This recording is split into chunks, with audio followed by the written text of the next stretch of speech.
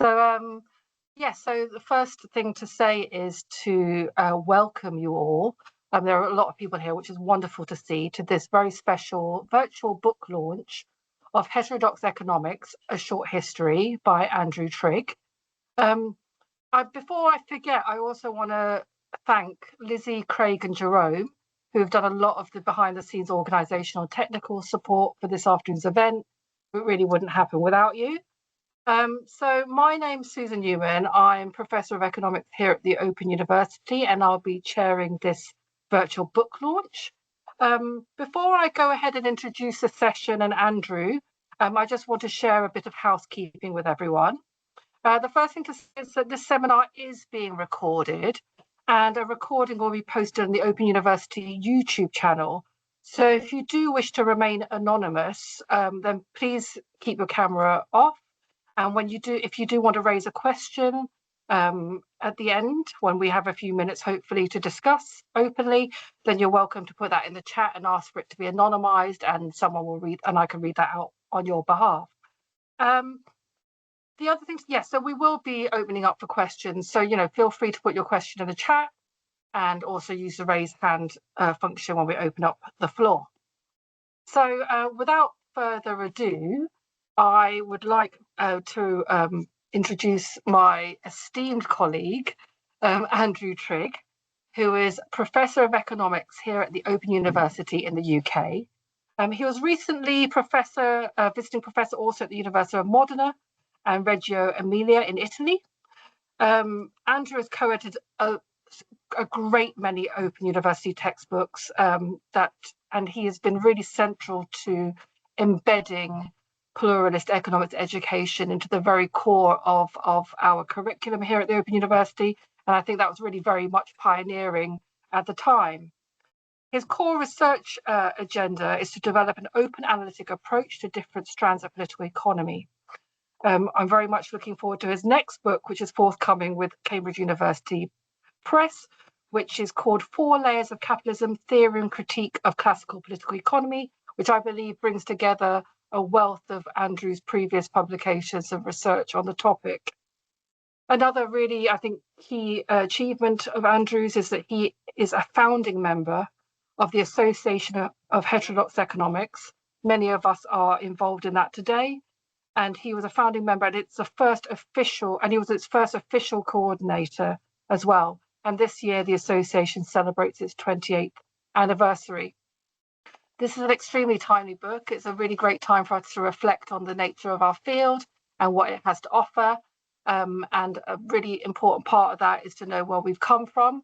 So I'm going to hand the floor over to Andrew to present this really important piece of work. Before I invite and introduce the other speakers who will be responding to it. So please go ahead, Andrew. Thank you, Susan. And thanks to everyone for your support with this book launch. I'm going to start with just some background to the book.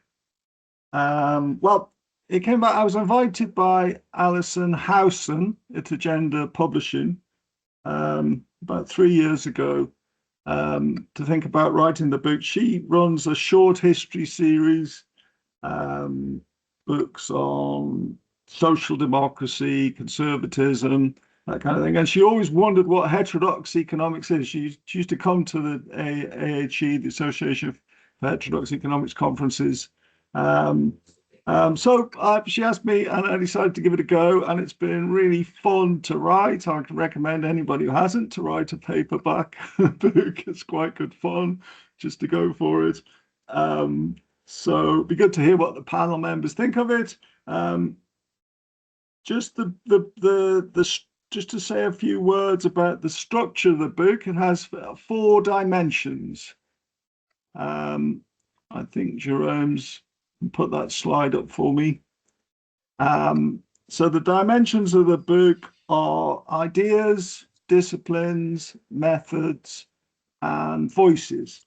And the chapters are structured that way. So each one of those is a chapter heading. It's a short book, just for the short paperback, 4 chapters. And I want to just some background just to say what inspired me to go for this 4-part structure. The first inspiration is an economist, sadly no longer with us, an American economist called Fred Lee. And Fred Lee was in the UK, and in 1999, he organized a fringe conference at the Royal Economic Society conference in Nottingham, because he was upset that the Royal Economic Society was not allowing, or not giving access to heterodox economics, heterodox economists. So he set up a fringe conference in Nottingham, which I happened to be there as a much younger guy, and it was extremely inspirational, and it led to the formation of the Association of Heterodox Economics, which Danielle, who's going to speak later, just finished her term as coordinator, and I was the first official coordinator, and I came up with the idea of coordinator because I wanted it to be a coordinator of activities, and it's so proven to be an extremely active organization, still going, which is great, a great legacy.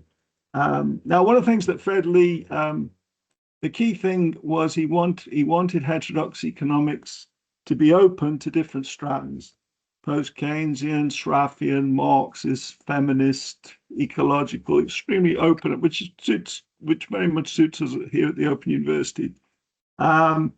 We have Joe here today, who's the chair of the Post-Keynesian Economic Society. So we have one of the major strands. We have a representative of one of the major strands today. Now, Fred was convinced that we needed to gain strength from all these different elements, strands of alternative economics to come together in terms of ideas, in terms of activity. And two key writers that were core to his approach were Marx and Keynes. And at the time in the UK, particularly in the legacy of the 70s and 80s, there were sectarian divisions between the Marxists and the Keynesians, the post-Keynesians, the Marxists in the UK. So the Association for Heterodox Economics was very much to bring these strands together. And chapter 1 of the book is heavily based on Marx and Keynes. So they're the sort of two critics of orthodox economics that I'm setting them up as the two major sort of starting points for the tradition of heterodox economics. So that's the first chapter slides. The next inspiration really came from students, I would say. It's not always clear where you've got ideas from, but I think one of the major things was that at the time that the AHE was formed, economic students were complaining about the narrow way in which economics is taught. And we held a session at the AHE in London in 2001, where there were students from Cambridge and from Paris, a packed out hall, where they were talking about how they wanted the economics curriculum to change. And they later did a letter where they called for pluralism. They called for multiple methods, multiple disciplines, and multiple ideas. So you can see how these chapters of, can move these slides on, Jerome, if that's okay. Yeah, so that's the structure of the book. And I was talking about Marx and Keynes. And then this one is about methods. So chapter 2 of the book is about how economics relates to different disciplines, economics in particular in relation to sociology and history, but other disciplines as well. And then chapter 3 is about methods, multiple methods. So this is inspired by Tony Lawson. The idea in economics that you use one tool for everything. You use regression for everything, basically. You might say. So using a chainsaw to cut your hair, trim your beard, everything. And now one of the people who's been really important in how economists have misused methods is Steve Ziliak, who's here today. So introducing Steve a bit more in his book Size Matters, which a lot of heterodox students over the years it's been part of their curriculum. I also want to say about pluralism. I've been very lucky to be at the Open University Economics Department, where I've learned about, I come from a more quantitative background, about qualitative methods, and about the importance of history, the importance of sociology. So I'm really privileged. So my own colleagues at the OU are part of this formation of ideas. Next slide is up there. So the final chapter 4, is about voices. So Fedley talked about feminist economics should be part of heterodox economics. But one thing that's happened recently, since 2020 or so, is the Black Lives Matter movement. So, and economists have started to think about decolonializing the curriculum, and I make a case in chapter 4 that heterodox economics should include gender, racial, and geographical dimensions. And finally, this cartoon obviously relates to the environment, Pacific Islands, rising sea levels, the need to voice ecological concerns. Final slide. I just wanted to say, apart from the book being about pluralism, it's also heterodox in the sense it confronts orthodoxy, economic orthodoxy. And one of the difficulties is, even economic orthodoxy, you can easily set it up as a simple straw man to be knocked down, but it's actually orthodox neoclassical economics, mainstream economics, has multiple dimensions. So this is a cartoon in the book. These are cartoons in the book I'm showing, which sets up orthodox economics as a multi-headed complexity. So the book talks about the alternatives to this orthodoxy, but also, if you wanted to know about the orthodoxy itself, I try to explain what it is, or dimensions of it. I hope this gives you a flavour of the book, but let's see what the rest of the panel think about it. Thank you. That's wonderful. Thank you, Andrew, for that overview. It really is a great book and worth a read, and that's a very enticing summary, I think.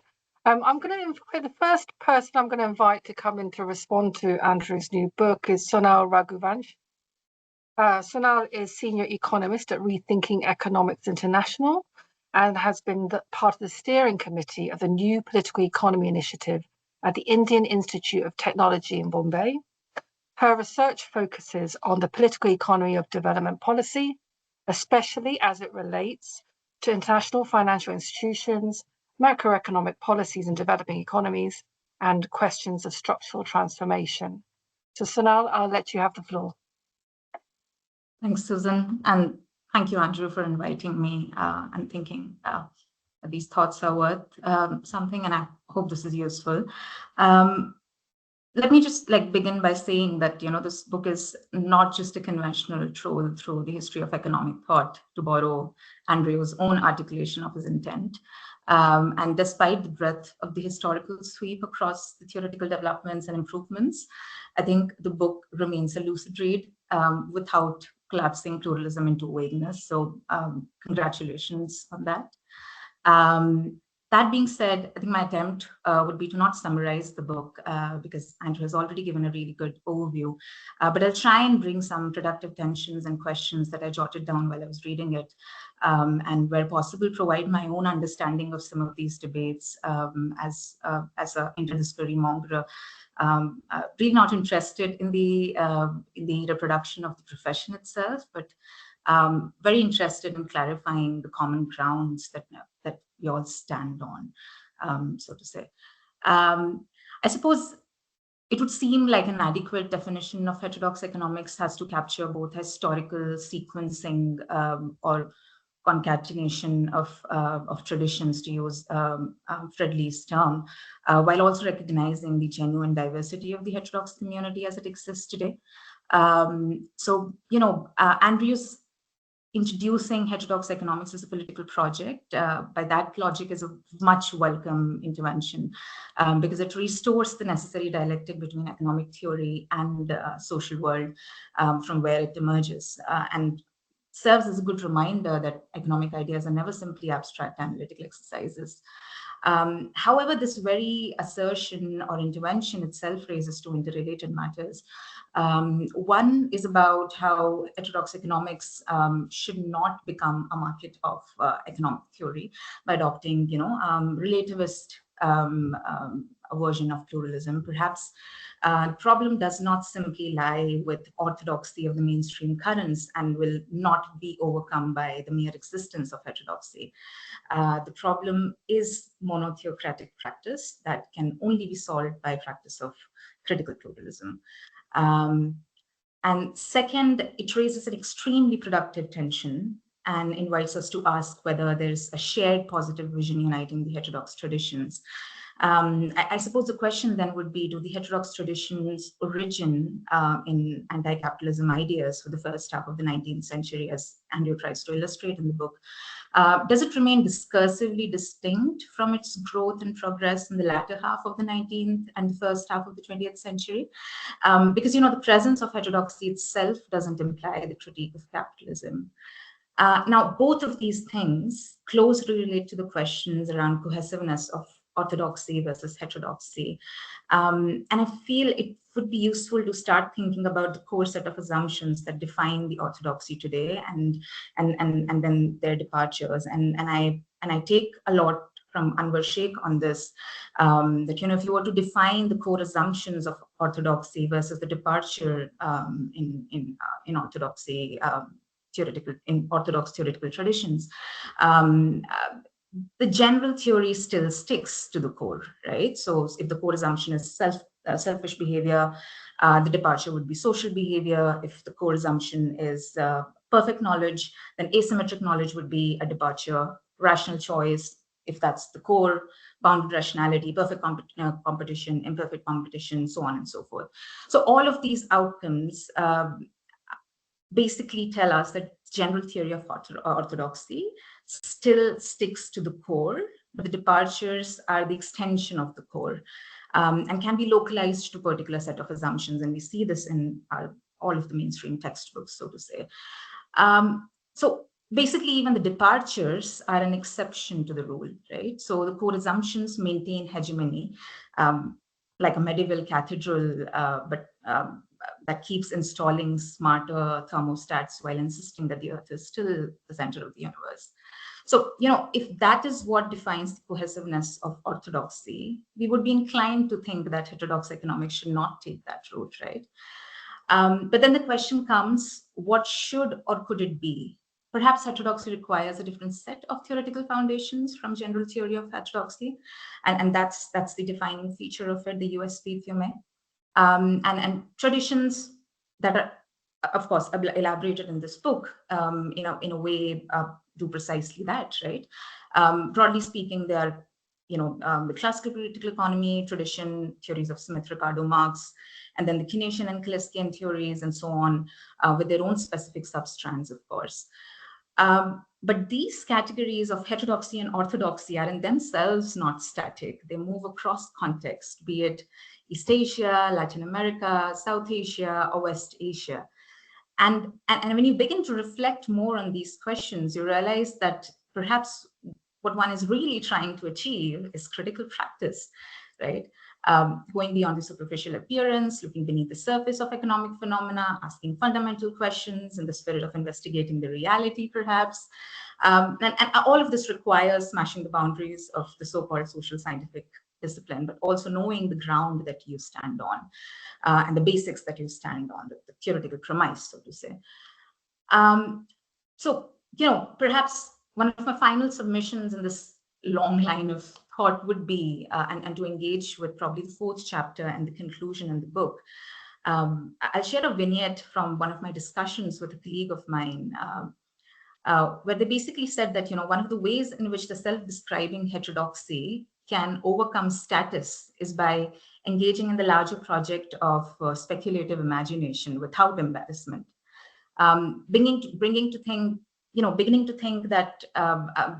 about alternative forms of socio-political, economic, institutional possibilities, and of course fueled by comparative studies in society and history, and probably go beyond what exists to what it could be, right?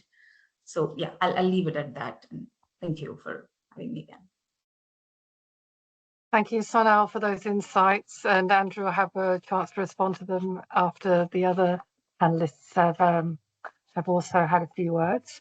So our next speaker is Joe Michel. Joe is Professor of Economics at UWE Bristol. His research interests include macroeconomics, finance and development, and he is chair of the Post-Keynesian Economic Society, a council member of the Progressive Economy Forum, and a fellow of the Forum for Macroeconomics and Macroeconomic Policy at the Hans Bockler Foundation. Apologies for the interruption there. Also, if anyone is UK based and they sometimes around the budget like to turn on the radio, you will often have the pleasant surprise of hearing Joe sharing a few words of sanity and wisdom. So, along those lines, and in that, in the interest of more sanity and wisdom, Joe, the floor is yours. Right. Thank you very much, Susan, for the very kind introduction. And hopefully you can hear me. I'm sure you'll tell me if you can't. I don't think I'm going to live up to anything close to that introduction, but I'll make a few provocative remarks in the hope of stimulating some discussion in a bit. Are we aiming for 5 minutes? Is that the plan? Yes, that's right. Yeah. Okay, good. Right. I'll aim for 5 minutes. Right. Well, thank you very much for inviting me to take part in this. It's very nice to see such a comprehensive online gathering. We're celebrating this book, and I like this book a lot. The first thing I would like to do is commend Andrew and the publishers on the format of the book. It's a small, handy paperback book, and that is absolutely my favorite format of book. I'm increasingly grumpy with being sent books which are effectively glorified academic papers that come in the format of 2 house bricks and cost £47. You quite often get these books now, 2 very thick cardboard covers that are in 18-point type, triple spaced, and you sort of think, I know I'm getting on a bit, but I can still manage 12-point just about. So I really enjoyed this. It fits in your pocket. You can kind of carry it around and read it, and it's that kind of book that you really can just sort of dip in, read a few pages, then the kids come and mither you for half an hour, and then you can just sort of pick it up and carry on where you left off. It's not one of those books that you have to sort of take a deep breath and pour yourself a brandy and set aside half an hour to engage with. It really is a nice book which takes you through lots of nice history and stories and discussion in a very nice way.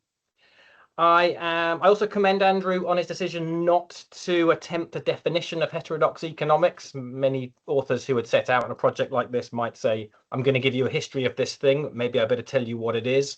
But I think you made absolutely the right choice to just jump in.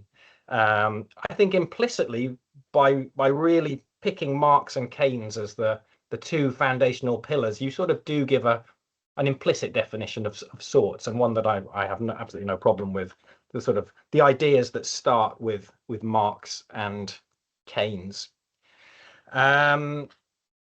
So the story is very nice. It starts with Marx and Keynes. It leads through lots of other interesting thinkers. We get quite a bit of Veblen. We get Kalecki, Steindl. We get Joan Robinson. We get discussion of the neoclassical synthesis and the problems with that. Of course, we get Sraffa. And I actually thought there might even be a bit more Sraffa under the circumstances. But so I think that was very admirably even-handed, given that I know Andrew is particularly interested in Sraffa.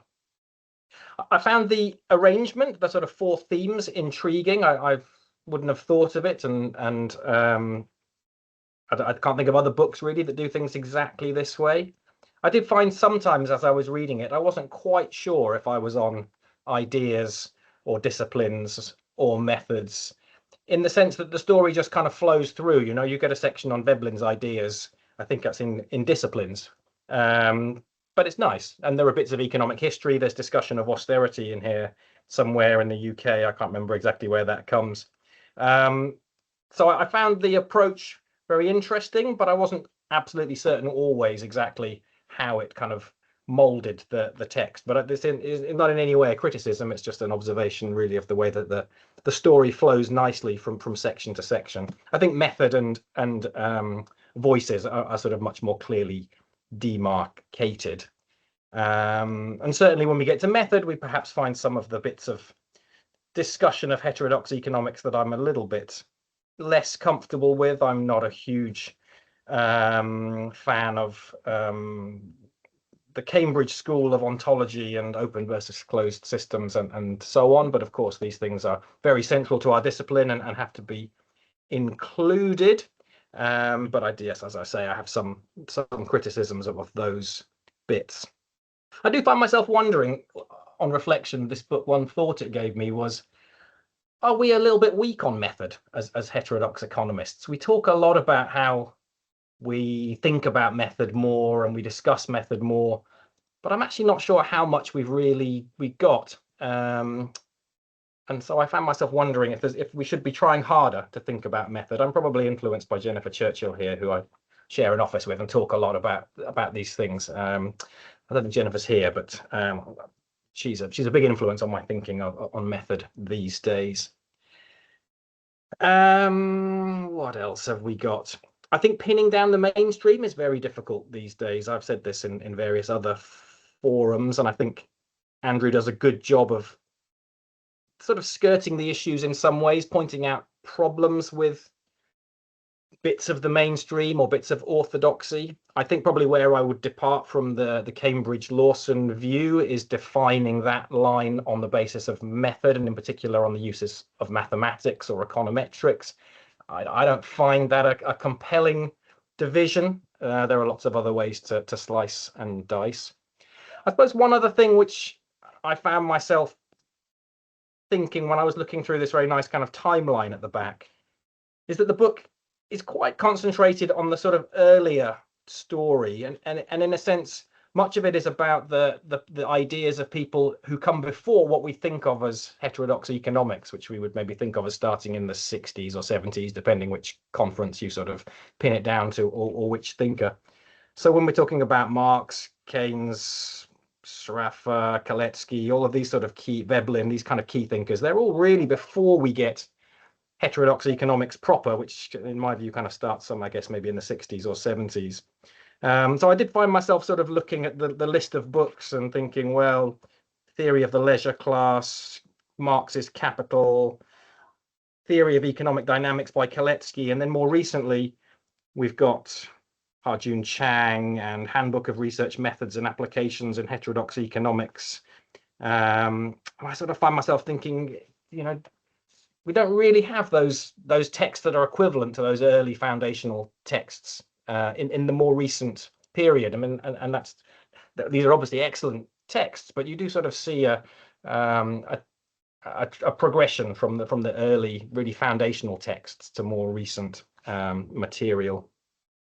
Finally, I must have said 5 minutes worth at this point. I haven't actually been keeping track, but I must be getting there. There was a mention, I think, in Andrew's discussion of tensions in the early days and sort of organizations forming and competing organizations. And I do wonder if we still have some of these problems in a sort of broad approach to non-mainstream or heterodox economics. We still do, I think, have some areas of tension between different ways of thinking and different ways of approaching material and methods. And I think it would be nice if we all got on a bit better and tried a bit harder to be one big happy family. And I think Andrew has done us a great service in producing this book as a step in that direction, because it's very much a big tent, open, welcoming, inclusive narrative. Right, that must be my 5 minutes. I conclude there. Great, thank you very much for that, Joe. Our next speaker is Danielle Guizzo, who is Associate Professor at the School of Economics and a researcher at the Centre for Higher Education Transformations at the University of Bristol. She was a 2024 recipient of the Clarence Ayres Scholarship Prize, which is awarded by the Association of Evolutionary Economics. And I believe that, Danny, you're currently the elected president of the same association. Danny's also on the editorial board of the Journal of Economic Issues and a Review of Political Economy, and has as Andrew's already mentioned, still the coordinator of the Association of Heterodox Economics, hanging on there. Danielle's research expertise lies at the intersection between the history of economics, economic sociology, and political economy, working on themes related to higher education, social policy, economic expertise, and pluralism. So, Danielle, the floor is yours. Thank you, Susan. Thank you, Andrew, for the invitation. It's so nice to be here and to be among friends. Yes, as I'm going to quote the other Andrew Meerman, apparently I'm also becoming a fossil in the room after so many years of AHE. But yes, thank you. It's really nice to be here and to discuss this incredible book. I was the unconventional one, and I thought it would be nice to have some slides just to help visualize some of the points that I'm going to make, and I don't lose track of my own thoughts. Can we move to the next slide, please? Thank you. So yeah, just to second Sanao and Joe, and to congratulate Andrew for such a great book. And I agree, not just on the format that I really liked, but it's so accessible. And I have so many students and people from the general public, friends, colleagues asking me, I'm interested in knowing more about heterodox economics. Do you have any recommendation of books or published pieces that are accessible? And I think this is one of those. And it's really hard to find that sort of style that it's accessible to so many different audiences. So I really praise this beauty of accessibility of the book, and how you organize the 4 dimensions, the ideas, disciplines, methods, and voices. I agree that they're not sometimes, they don't have the, very defined boundaries, but that's okay. Heterodoxy is a complex object in itself, and I liked how you organized in those core themes and dimensions to show how it has evolved in terms of ideas, contributions of Marx and Keynes. Where do we see this developing in the discipline and in connections to other social sciences by theme, which I think it was great to show the debates on financialization, climate change, colonialism and trade. And then again, the methods and the voices and how this is playing out in the current debate. And also, I liked how you framed this around pluralism. And this is something that in the work that I've done with Andrew Meerman and Sebastian Berger, we really, after doing rounds of interviews and doing the whole thematic analysis on interviews with heterodox economists, it's really a community of pluralisms. Pluralism is a defining element of what we are. So there are 2, I think, highlights in my view on this book. The first one is on the ideas, and I'm going to echo Joe on this. I really liked how you've shown the Marx and Keynes axis as this core foundation, and then bringing Veblen in chapter 2 to show how they really, they are the 3 founding fathers of heterodox economics, and showing this continuity via threads. And I liked how you framed this around the critique of capitalism and how they flesh out critiques and elements of the socioeconomic reality that the other side, that neoclassical economics and maybe the current orthodoxy cannot see, or it's not interested. So I really liked how you did this.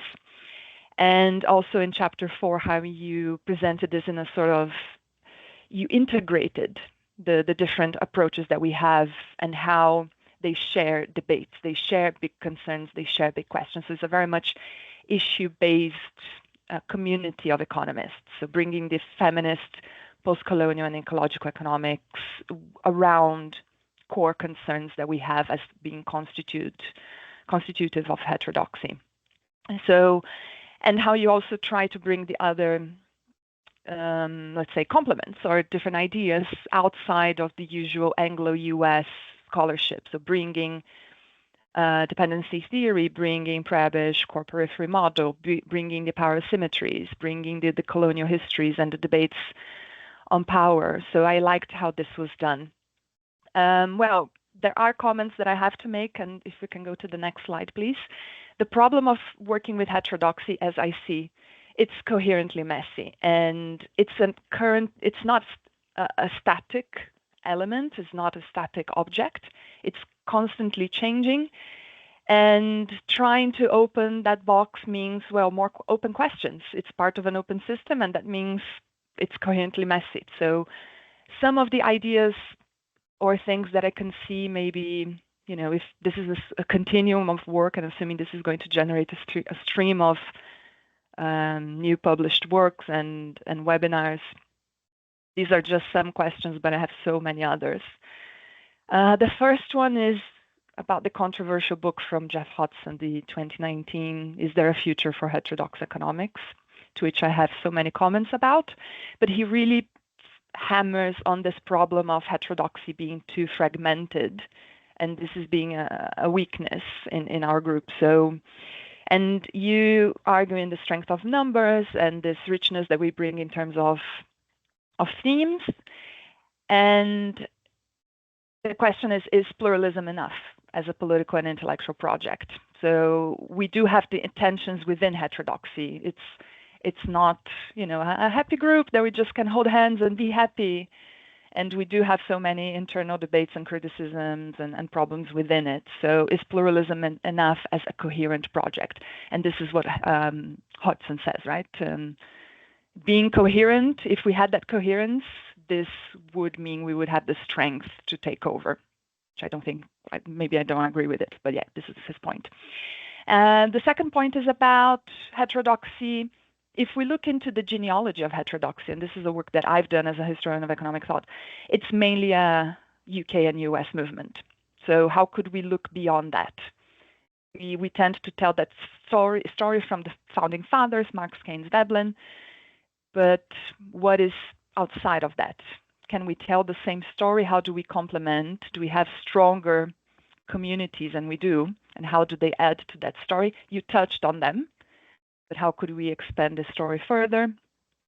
And maybe two other points that are correlated to a recent project that I've done about heterodox economics being developed as part of the economics curriculum and having space to develop itself as a research agenda or project. It's mainly developed outside the core departments.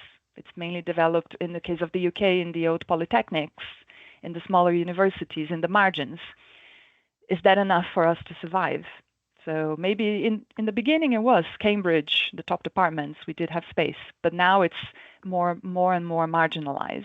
So what do you see for the future? And then you mentioned a little bit the open university model. Do you think this would be a point of strength to help us make a case for survival? Thank you again. Great project, and I look forward to the discussion. Thank you so much, Danielle, for that contribution. So we'll move on to our final panelist before I open the floor up for a few questions and give Andrew time to respond. So our final speaker today is Stephen T. Ziliak, who is Professor of Economics and a faculty member of the Social Justice Studies program at Roosevelt University in Chicago. He's an economist, historian, statistician, and PhD-trained rhetorician. I think that's how you say it. My rhetoric is not well developed enough, but Professor Ziliak is, luckily. And he's probably best known for his critically acclaimed book with Deirdre McCloskey, The Cult of Statistical Significance, which was a foundational text for the reform of testing and estimation in economics, medicine, and other sciences. Ziliak has been an outspoken advocate of heterodox economics for nearly 30 years, delivering keynotes across many of the key conferences in the field and contributing to several books on the future of heterodox economics. Thank you, Steve, for joining us, and the floor is yours. Thank you so much, Susan, and thank you all. I'm enjoying this very much, and I first wish to express my thanks and gratitude to Andrew Trigg for this beautiful book on heterodox economics. Andrew and I met in 1995 when I was a graduate student, and he had Andrew had recently finished graduate school. I attended the University of Iowa, which is a very at the time it was a very Chicago school-oriented department. In fact, my my chief advisors had their PhDs from the University of Chicago. But I personally was attracted to Iowa because of McCluskey. And McCluskey, especially with her book, The Rhetoric of Economics, had made a major attempt to break out of, especially out of what Andrew would call the methods and ideas side. Well, really, Deirdre was hitting all of them, wasn't she, Andrew? I mean, disciplines, ideas, methods, voices. Come to think of it, she had all of those in the rhetoric of economics going simultaneously, and I was very much attracted to that. So I knew I was getting into a mainstream program with my PhD, but I also had faith that with Deirdre's support that I could make my own way into what we now call heterodox economics. So in 1995, when Andrew and I met at the Eastern Economic Association meetings, his support was just so important to me because I had been in my little bubble in the cornfields of Iowa, and I didn't have community. I didn't know that there were other people thinking kind of like I was out there, and so that meeting was fortuitous for sure. I've had jobs in mainstream economics departments, and I've had jobs in heterodox economics departments. I'm currently at Roosevelt University in Chicago, which is not only the former home of Fred Lee, it's where Fred Lee was a tenured professor of economics and chairman of the board of the Wobblies, the IWW, for many years prior to moving to England and prior to going to UMKC. Roosevelt was started as a what we would call a heterodox economics department. They were Marxist institutionalists, feminists, and social economists in the original faculty starting in 1945 here at Roosevelt. And I'm proud to say that ever since then, Roosevelt has carried on the heterodox tradition. For 12 years, many people don't realize this, but for 12 years, Abba Lerner was a professor of economics at Roosevelt, and he was very much part of that freedom of thought and freedom of method movement and curriculum that we still have today at Roosevelt. Andrew, I love this book. This is a sweet little book, and I'm going to assign it to my students. And it's so beautifully written. It feels like a really nice conversation where the person doing most of the talking uh, is really showing us the lay of the land. And I personally, like others, I think that the structure, ideas, disciplines, voices, methods is really effective, and I like it very much. One on that note, one thing I think you might do in maybe in a future project is think about the evolution of that Venn diagram, the way, what are the changing shapes and the changing overlaps over time. I think that one of the reasons it's hard to pin down what mainstream economics is, and as Danielle just said eloquently, what is heterodox economics, is because those are not simple intersections. They're not simple envelopes. Uh, uh, there are a lot of wiggles and nonlinearities, I would say, in those intersections to be explored. I'll say something more about that momentarily. So I'll just try to make in a listwise fashion a few points about heterodox economics and where we are. I mean, I felt like basically from around 2004 when we had that big ICAPE conference at UMKC up until maybe about 10 years ago, we had a really good run. We had excellent international conferences that were very, very exciting, very well attended. I feel like we got a lot of press, Chronicle of Higher Education and other major media were paying attention to us. And there was really a lot of momentum. I agree with Danielle that that momentum has slowed down and there is an increasing marginalization. We've all read recently about the let's say the decline of appreciation for heterodox economics at Cambridge. But look, this has been going on for years. You and I remember the abolition of the University of Notre Dame department, how that got splintered. But that's happening everywhere. And even at UMass Amherst, they have had their struggles. And I guess one question is, why and what can we do about that? And what role, as Danielle has mentioned, what role does pluralism play there?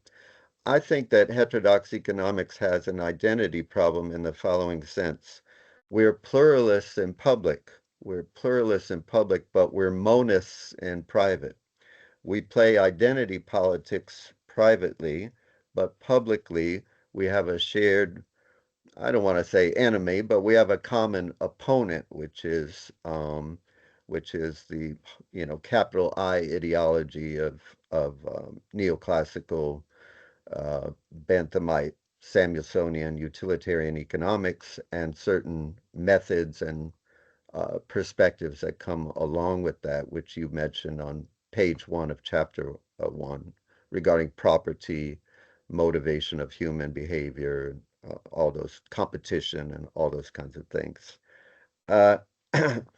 What to do about that? Well, I think, maybe one thing that Fred Lee, our late friend Fred, what he was really hoping for in the future, I don't know this for sure, but you probably know, Andrew, but maybe he was hoping that ICAPE and AHE and the others could make a run parallel to the American Economic Association in the sense that we might be able to develop not just the association, but journals, jobs, rankings, and attention that if we're not equal to the mainstream, at least much closer to what they are now. I think a lot of the trouble that we face right now has to do with the journals and the jobs and the rankings that come along with that. McCluskey and I have made attempts over the years to break into the AEA in journals like Journal of Economic Literature, Journal of Economic Perspectives, and so on. And we had some success with that. And I think that success is bearing out now. It's one of the reasons that there is much more critical thinking going on about statistical significance and its problems. But I also found through the School of Hard Knocks that there are other associations, such as the American Statistical Association, that turned out to be much more open to heterodox ideas. And I think that's one way to do it, that heterodox economists can look over the shoulder of the AEA to, let's say, the American Statistical Association, the Royal Statistical Society. We can publish in journals such as The Lancet or Nature or Science and go over the head, so to speak, of the Harvard MIT monopoly. And on a related note, I think there's something interesting going on with disciplines and ideas, or disciplines and methods, and that is that we have people such as William Darity, Sandy Darity, the founder of stratification economics and stratification econometrics, who has managed to get a foothold in the AEA and bring stratification economics into let's say more of a mainstream market, if you will. And why is that? And why is it also that we still have so many economic historians and historians of economic thought who don't attend our heterodox conferences? This is something that I think gets back to the issue of public pluralism and private monism, that we're playing identity politics in a, well, as Danielle said, in a splintered or fragmented way that hurts us. I guess the last thing I'd like to say is that you mentioned Hayek, and should Austrian economics be considered part of the heterodox family, if you will. And my ideas are changing about that. I used to say yes, but lately I've been saying no. And the reason I say no has a lot to do with your view in chapter 1 of the book, which is that in its most extreme, mainstream economics is an apology for capitalism.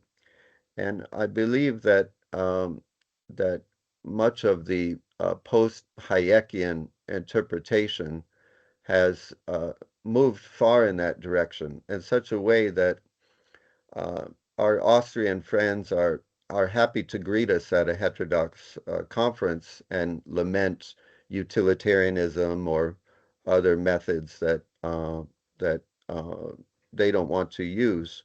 But on the other hand, the role, the actual practical role that they've been playing, not just with Thatcher and Reagan, but still to this day in academic and political spheres, the Koch brothers, for example, in the United States, and Cato. I'm not sure how they fit, and perhaps some people in that tradition will be willing to say something about that. Anyway, just a few ideas there. And I just want to thank you again and congratulate you again, Andrew, for such a wonderful book. Thank you, Steve. And we'll have a chance to just invite a few people in the audience who might have a question or comment to make before inviting Andrew back. And before I do that, I just wondered, I thought this is a bit of a photo op. If members of the panel do have a copy of the book, would you mind just holding it up so that I can take a nice picture of you for our... if we could see your face, even better. Wonderful. Okay, here we go. Mine with me. That's all right. Andrew, do you have one? There we go. Lovely. Okay. I hope that's worked. Fantastic. Thanks so much. Okay, so if people can raise hands or pop a question into the chat, could you indicate with your hands if there's any?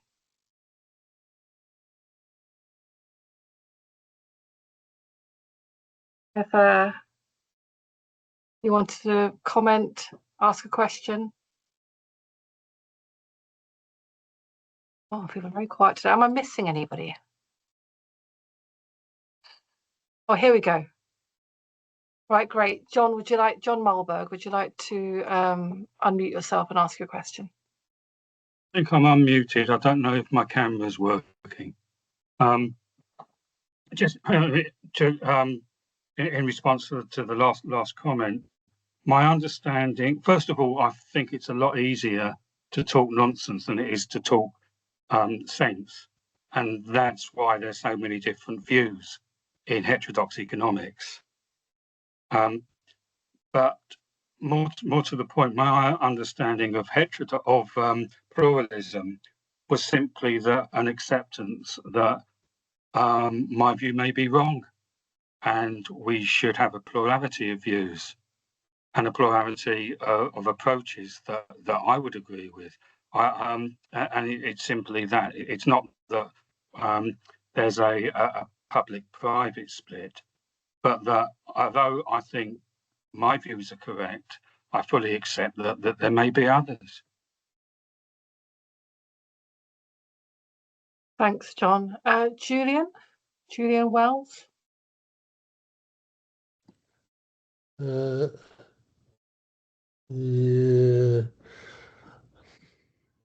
Can you hear me? Because I'm not sure if I've managed to unmute myself. Yes, we can hear you. We Oh, can hear you, good. Julian. Please go ahead.